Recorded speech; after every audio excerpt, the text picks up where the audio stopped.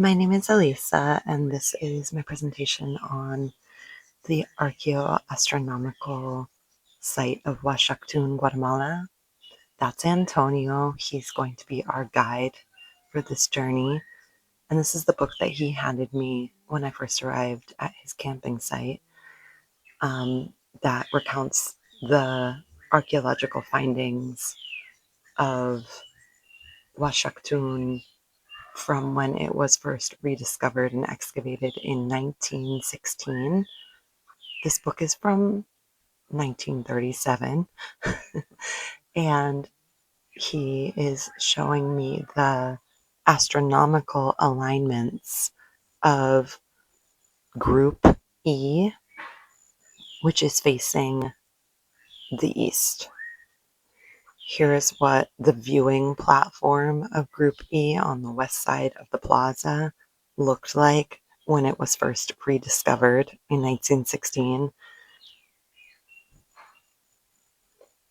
And just to give you an idea of where we are in the world, this is a map of Mesoamerica. It's actually the very first map of Mesoamerica, printed in 1937. And there's Uaxactun in the northern jungles of the state of Petén.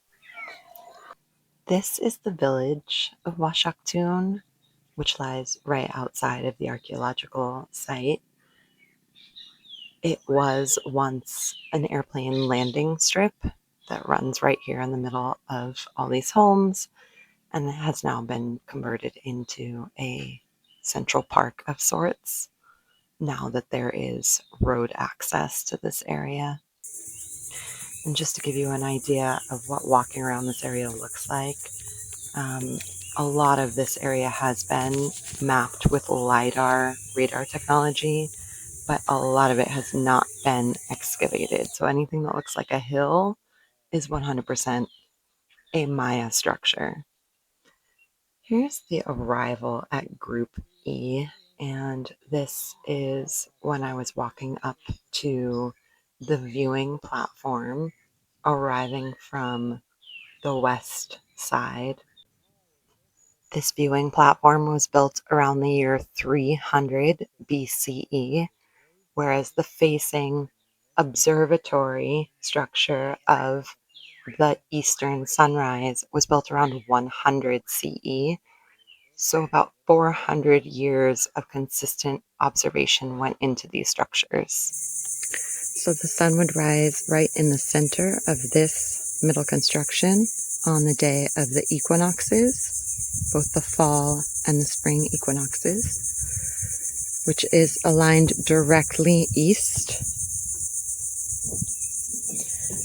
Whereas the sun would rise right off the corner, the tip of the corner of this construction on the morning of the summer solstice on June 21st, and right off the corner of this construction on the morning of the winter solstice, so December 21st.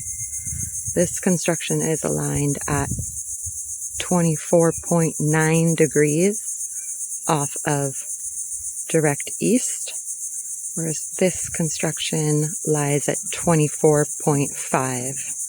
So almost precisely equidistant from direct east.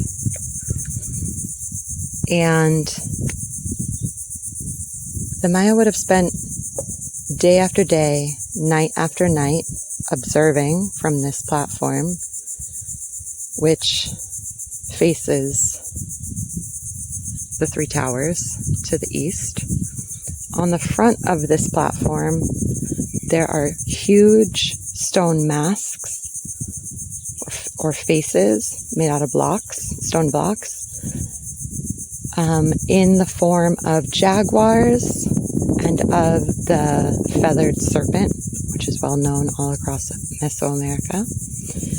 On the facing side, on the opposite side, facing to the west, the masks are of bats. or the bat, which is known for its role in the inframundo, the underworld.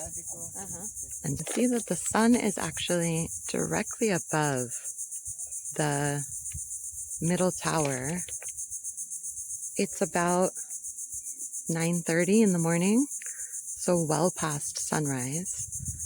The sun didn't rise above the central tower because we are well past the summer solstice, where it would have rose here and gone at an angle. Because the sun goes at an angle, in the summer rising more north, in the winter rising more south, but always moving at an angle and then setting back on the northern side of west, the sun probably rose because today is August 7th or 8th. And so on June 21st, it rose here. In September, it will rise here and move this way in the sky. So now, here we are in August, it very likely rose just behind this tree. As we move into the fall, it will rise further south, and into the winter, it will start to rise behind this tree, and finally, as we get into December, it will rise to its farthest southern place. One fascinating fact I learned while on this trip is that just behind this Group E structure, there's the Group H structure, which has the exact same three-tower setup, but is facing the rising of Orion rather than the sun. Okay, so here is something very interesting. This is the oldest stela in Uaxactun. It's from 327 Common Era, CE.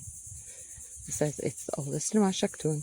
Okay, so on this side, there's a guy. It's almost impossible to see, but this is basically what you would see. On this side is a date. And the date is in the Maya long count calendar. And basically here, there's a 5, which is written as a bar, and then 3 dots, which equals 8, and that marks the Uaxactun, which is the longest chunk of time. And you can see it better here. Here is the 8 Uaxactun, and then it says shorter and shorter groupings of time, and that basically corresponds to 327 CE. And when they found this, when an archaeologist named Morley found this in 1916, it was at the time the oldest stela in all of the Maya lowlands. And because it was from the 8th Uaxactun, the word for 8 is washak, and then tun is the word for stone.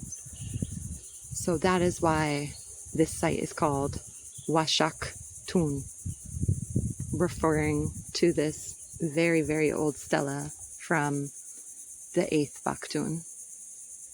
And this final piece is for any Spanish speakers. You can hear from yourself from Antonio describing this beautiful ancient piece he has in his little museum in his home with the Maya glyph for Venus. Que Venus tardaba 584 días en darle la vuelta al Sol. Exacto. Eso es, y que sabían de que había 263 días al amanecer y no sé cuántos días más al atardecer. Se escondía 8 días atrás del Sol y como 50 días enfrente del Sol son los días que no se puede ver. Thank you so much de for your concierto, attention. eso. Y ahí en